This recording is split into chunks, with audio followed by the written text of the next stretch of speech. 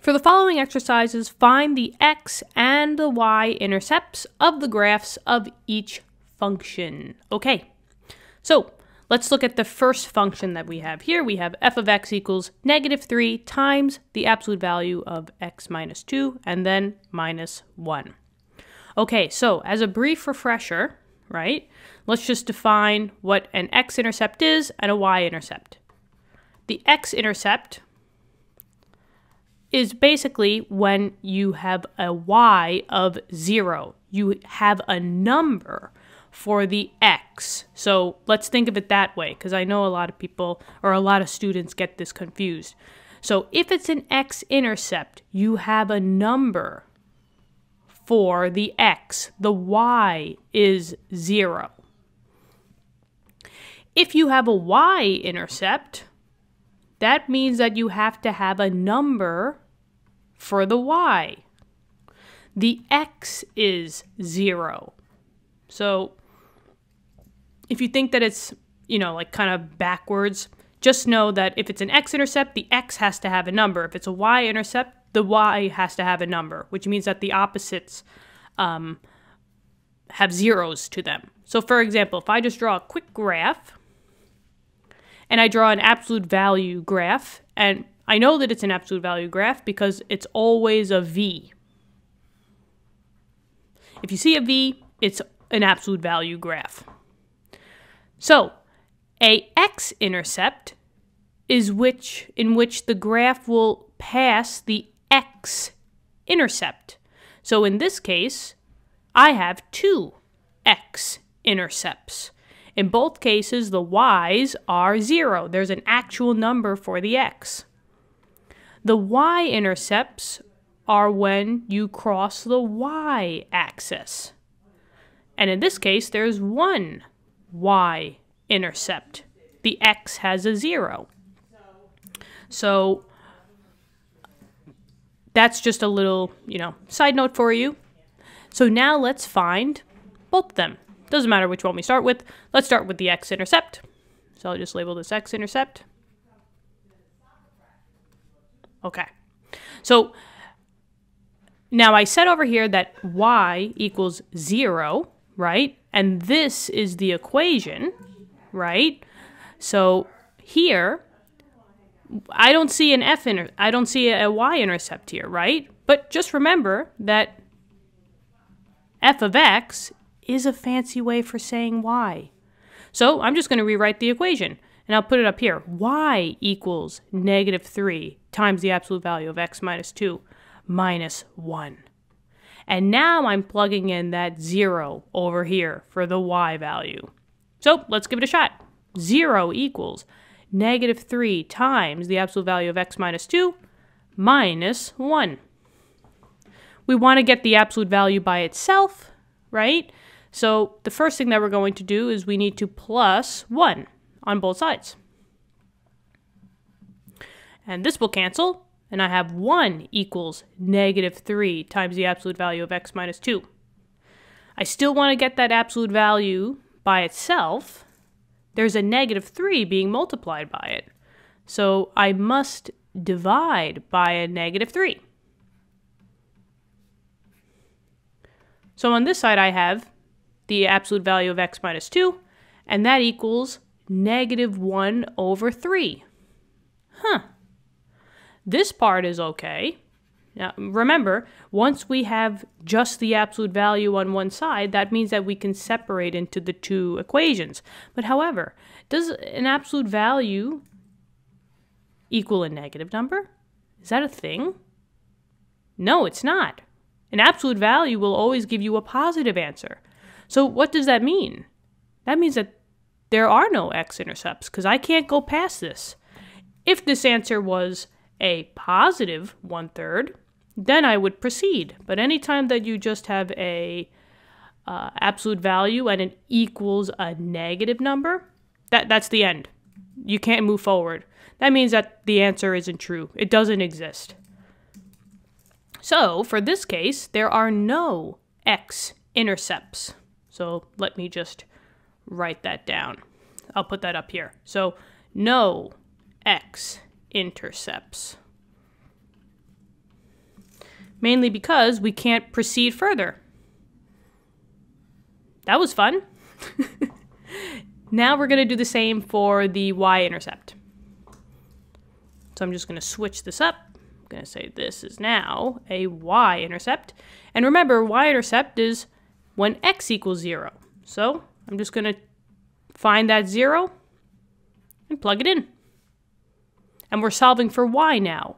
So y equals -3 times the absolute value of 0 minus 2 minus 1. Do the absolute value first. So we have -3, the absolute value of -2 minus 1. And what is the absolute value of a -2? Remember, absolute values always output as a positive answer. So even though it was a -2, it's going to output as a 2. So this would be -3 times 2 minus 1. And now we're just back to simple math. Y equals -6 minus 1, and then eventually y equals a -7. So here we do have a y-intercept. And maybe I'll just put it over here. The y-intercept is, remember, x is 0, so it has to be 0, -7. Because remember, it's always x, y. So that's it. So there are no x-intercepts for this, and there is one y-intercept, and it happens at 0, -7. That's the answer for this one. Let's move on to the next one. So first thing I'm going to do is I'm just going to substitute that f of x is just a fancy way for saying y. So y equals -2 times the absolute value of x plus 1 plus 6. Let's find the x-intercept first. And remember, that means that y equals 0. We have to have a number for x. So I'm going to plug that right in for the y and solve for x.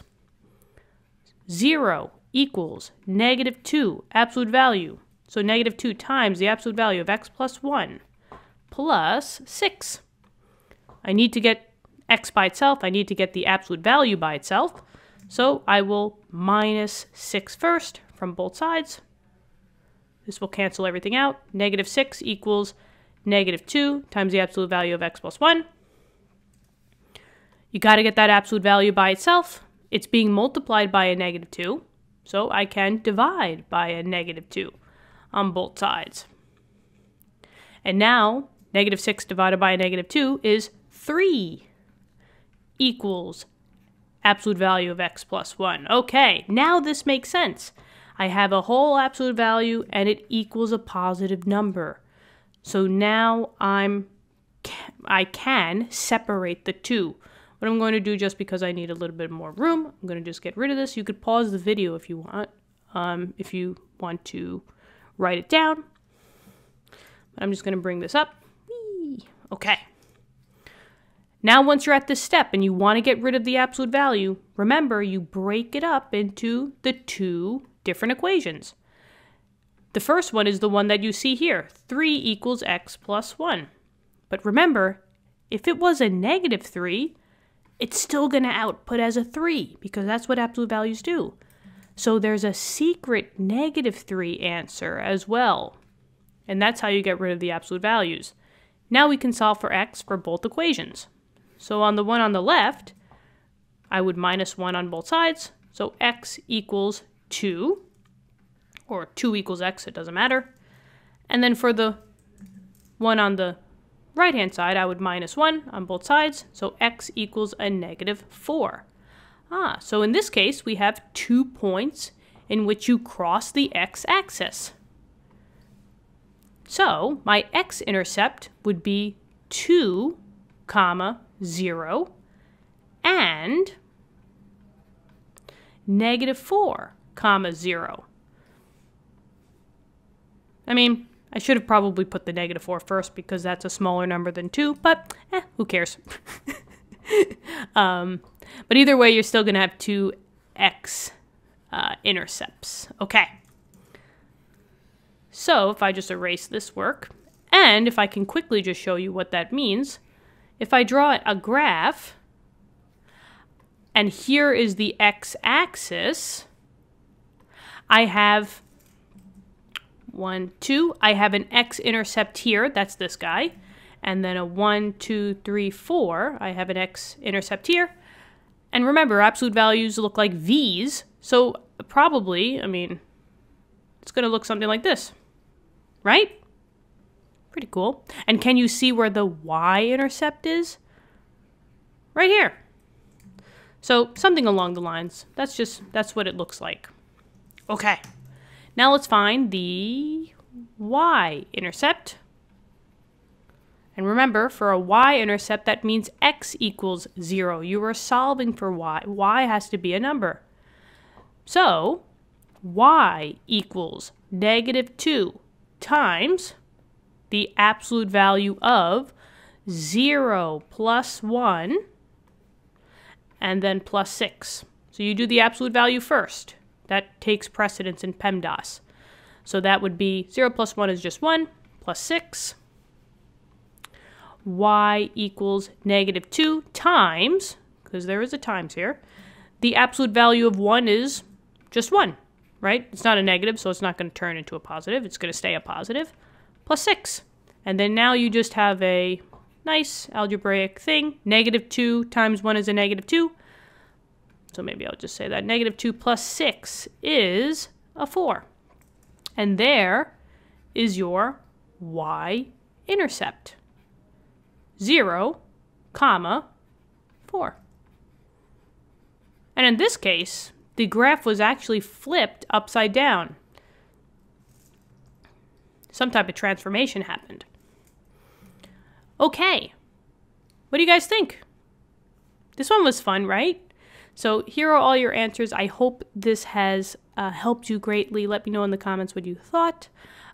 Like the video, subscribe to the channel if you would like to help us out. Thank you so much, and happy studying. Yeah, have a great day. All right, guys. I'll see you all in the next video. Bye-bye.